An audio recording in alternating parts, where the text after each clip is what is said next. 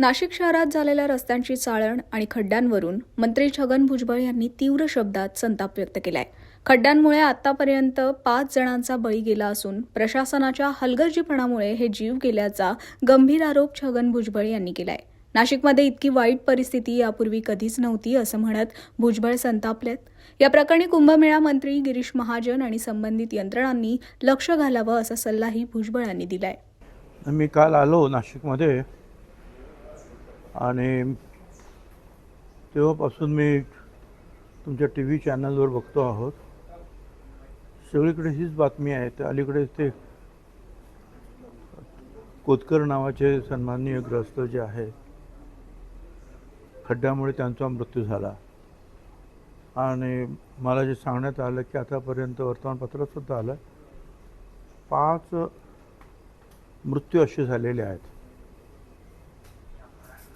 कुंभमेळ्याच्यासाठी म्हणून रस्ते खोदून ठेवलेले आहेत. साधारणपणे रस्त्याचं काम करताना एक नियम असतो की 2 बाजूचे रस्ते असतात.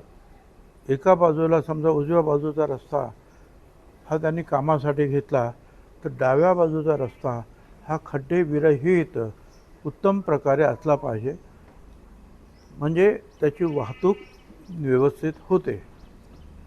काही ठिकाणी दोन्ही बाजूने खोदून ठेवलेलं आहे. बरं, आता वेगवेगळ्या मॅस्टिक ॲस्फाल्ट वगैरे वेगवेगळे जे आहेत प्रकार निघालेले आहेत. जिथे जिथे अशा प्रकारचे खड्डे आहेत, आता पाऊस आज जोरात आहे पण मागचे 2-3 दिवस थोडासा कमी असेल. ताबडतोब ते भरले गेले पाहिजे. पण ते जर होत नसेल तरी अपघात होणार. आणि विशेष म्हणजे या अपघाताची ही जबाबदारी कोणाची आहे? कुंभमेळ्याचे काम करणारे जे काही प्राधिकारी असतील, अधिकारी आणि महानगरपालिका दोघांची ही जबाबदारी आहे. तुम्ही एकमेकावर जे आहे ढकलू शकत नाही ही जबाबदारी. कुंभमेळ्याचे जे कोण अधिकारी आहेत, शेखर सिंग वगैरे किंवा महानगरपालिकेच्या कमिशनर आहेत, त्यांनी याच्यामध्ये लक्ष द्यायला पाहिजे ना. मी तर असं ऐकतोय की महापौरांचाही कोण ऐकत नाही, आमदारांचाही कोणी ऐकत नाही. हा काय बजबजपुरी मांडलेली आहे या शहरामध्ये. बरं, हे बाकीचे सगळं काम करणारे जे आहेत, आपले मंत्री गिरीश महाजन, त्याने सुद्धा लक्ष दिलं पाहिजे ना. कुंभमेळा आमच्या नाशिकमध्ये व्हायला पाहिजे, पण तो आमच्या मुळावर येता कामा नये. आमची माणसं जे आहे मरता कामा नयेत. याच्याकडे काय कोणी लक्षच देत नाही आहे. नाशिकला एवढे खड्डे आणि एवढं बेकार नाशिक कधीही नव्हतं.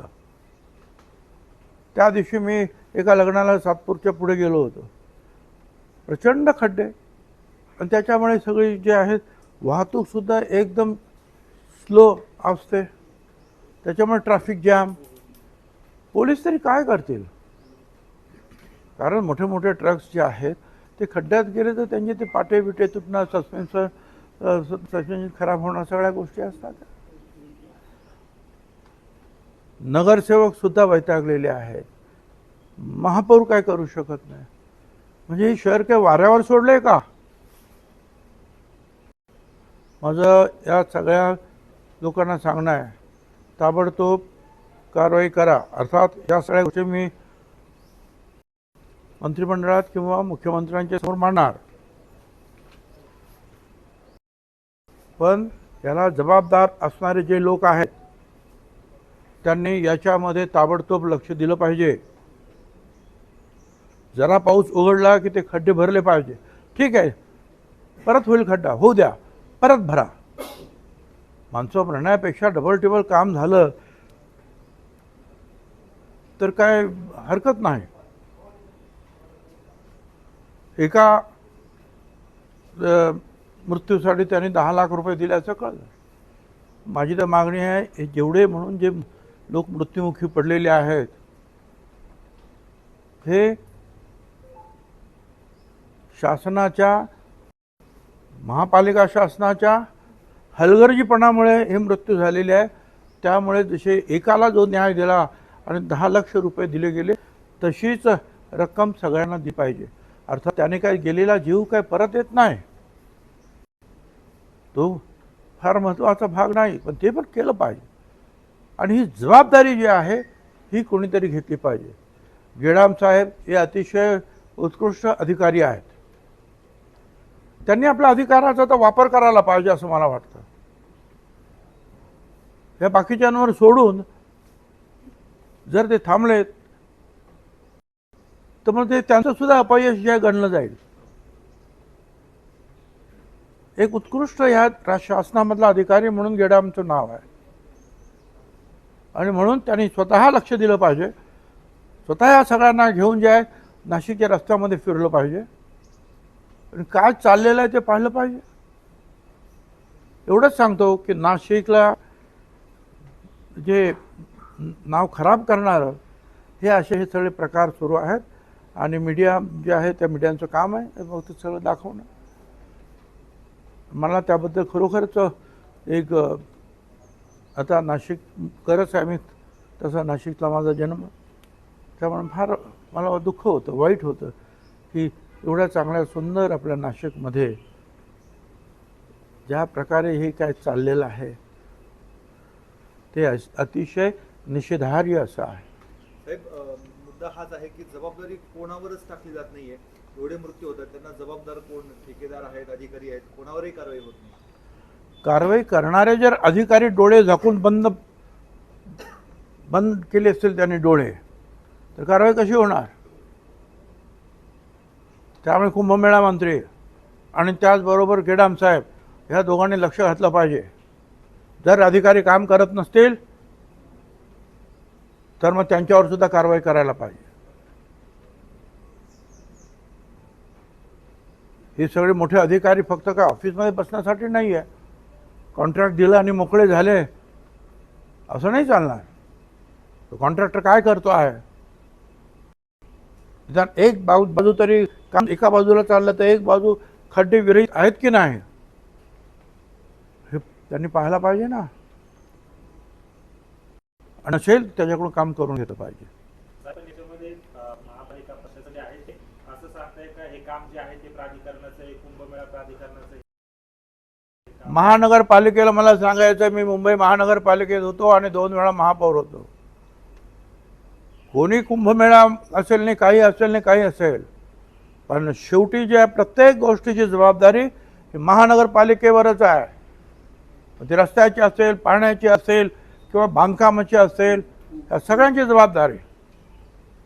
त्यांना वाटत असेल की हे कुंभमेळ्याचं काम त्यांनी त्यांना बोलवून घेतलं पाहिजे, सांगितलं पाहिजे माझं काम नाही त्याचं काम आहे असं म्हणून चालायचं नाही. जबाबदारी घ्यावीच लागेल महानगरपालिकेच्या आयुक्तांना. एक वीट जरी इकडची तिकडे करायची असेल तर महानगरपालिकेची परवानगी लागते. आणि मग महानगरपालिकेचे असे चांगले झालेले रस्ते, त्याची जर ही दुर्दशा होत असेल तर त्याने विचारायला नको? त्यांना तो अधिकार आहे. कमिशनर 100% सिनियर आहेत, सिनियर अधिकारी आहेत, ते विचारू शकतात सगळं.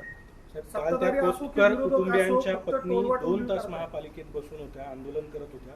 2 तास कुठलाही अधिकारी, महापौर, उपमहापौर कुणीही त्यांना भेटायला आलं नाही. अरे बाबा, थोडं तरी जे आहे माणुसकी दाखवली पाहिजे. थोडं तरी जे आहे हे बघा, लोकांच्या असंतोषाची जी आहे वाट पाहू नका, एवढंच मला सांगायचं.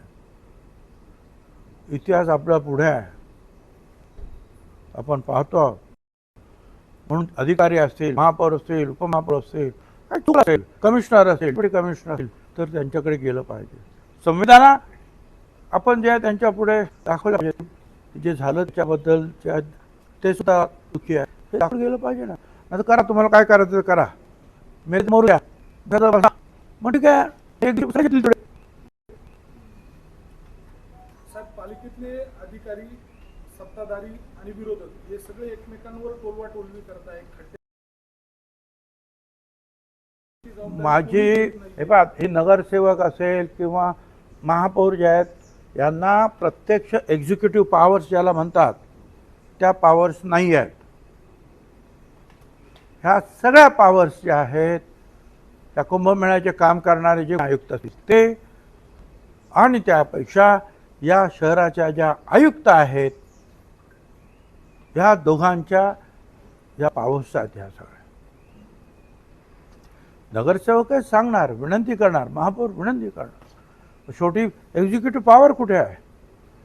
बाकीचे नगरसेवक महापौर हे डेलिबरेटिव्ह विंग्स आहेत, डेलिबरेशन करणार, चर्चा करणार. शेवटी जे एक्झिक्युशन कोण करणार? एक्झिक्युशन हे अधिकारी करणार. साहेब, तुम्ही म्हणता तसं नागरिकांमध्ये रोष वाटतो. आता काही नागरिक आंदोलन करण्याच्या तयारीत आहेत. प्रश्न विचारला जातोय की नाशिकला मंत्री असून पण काही होत नाही. आपल्याकडनं आता नेमक्या काय सूचना राहणार आहेत? आणि मी जे सांगायचं ते सांगितलं. असंतोषाची वाट पाहू नका. याच्यामध्ये मला वाटतं सगळं आलेलं आहे. धन्यवाद. राहुल गांधी देश की युवा को भड़काने का काम कर रहे हैं, तो उसको लेकर क्या कहेंगे? हाँ राहुल गांधी देश की युवा को भड़काने का काम कर रहे हैं. हाँ, मैं गली वाले हैं, वो सब दिल्ली वाले हैं. मैं क्या बात कर सकता हूँ उसके बारे में? एफडीए कडनं कारवायांचा धडाका लावला जातोय. शाळेंच्या संदर्भानं देखील आता नियम नियमांनी सांगितले आहेत की परिसरामध्ये शाळेच्या जंक फूड अशा गोष्टी विकू नये ज्याने विद्यार्थ्यांना त्रास होतोय. मोठ्या प्रमाणात कारवाया होता. आपण मंत्री म्हणून त्या विभागाकडे कसं पाहता? मी म्हणतो बऱ्याच वर्षांनी या विभागाला जाग आल्यासारखं वाटतं आहे.